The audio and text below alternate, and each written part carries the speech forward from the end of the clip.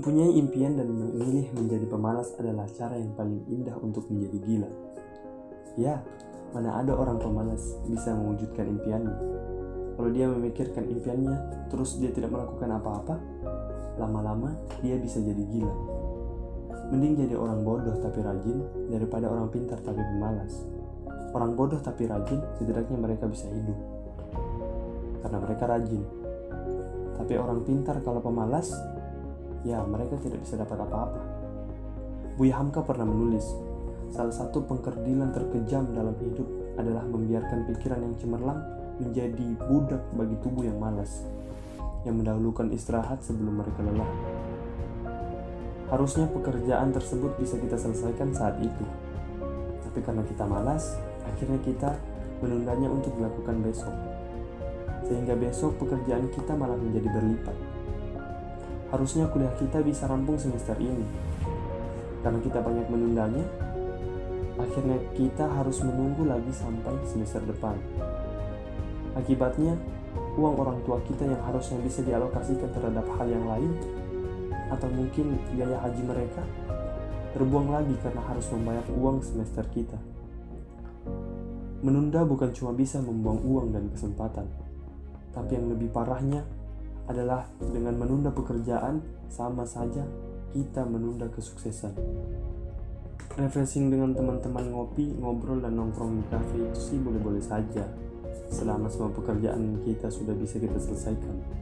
Tapi kalau pekerjaan kita tidak terselesaikan dan kita malah pilih nongkrong dan ngopi-ngopi bersama teman-teman, akibatnya akan tambah parah. Kita akan makin stres setelah harus pulang dari nongkrongan tersebut. Karena kenapa? Ketika pulang dari tongkrongan, kita memikirkan pekerjaan-pekerjaan yang kita tunda sebelumnya. Kalau kita menunda-nunda untuk mengerjakan kuliah, silakan. Tapi saat kuliahmu tertunda setahun, akan banyak sekali kesempatan dan peluang pekerjaan atau peluang bisnis yang tidak bisa kita ambil karena kita sibuk masih menyelesaikan kuliah. Kalau kita anggap itu penting, kita akan menemukan banyak cara untuk melakukannya. Tapi kalau kita menganggap itu tidak penting, kita akan menemukan banyak alasan untuk melakukannya.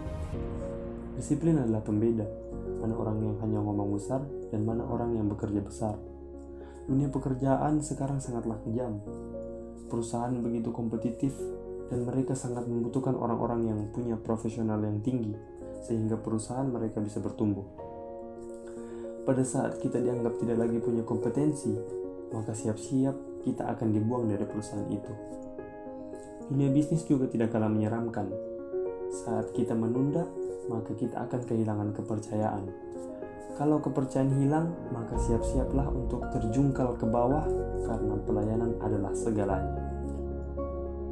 Sebuah bisnis bisa besar kalau pemilik bisnis memiliki kompetensi dan profesionalisme yang baik. Dan ciri-ciri punya kompetensi dan profesionalisme yang baik adalah mereka yang mampu menyelesaikan pekerjaan mereka sesuai dengan jadwal yang ditentukan. Biasakanlah untuk tepat waktu, merencanakan tugas berdasarkan prioritas, buatlah deadline target, dan lakukan tugas sesuai jadwal.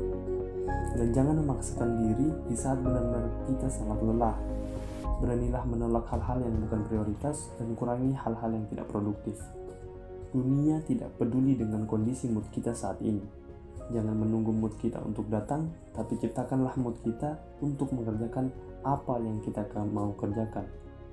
Jangan malas, karena kita tidak akan menjadi apa-apa bila kita jadi pemalas. Menunda akan menciptakan masalah baru. Mungkin sekarang kita happy karena sudah menundanya, tapi besok pikiran kita tambah terbebani dan masalah tidak akan pernah terselesaikan. Jangan menunda. Jangan habiskan separuh hidup kita untuk menunggu waktu yang tepat, karena sangat sering kita sadar waktu yang tepat itu sudah terlewatkan. Kalau kita sudah begitu, maka kita cuma bisa akan menyesal. Jangan menunda pekerjaan, selesaikan sekarang, dan jadilah pemenang dalam hidup.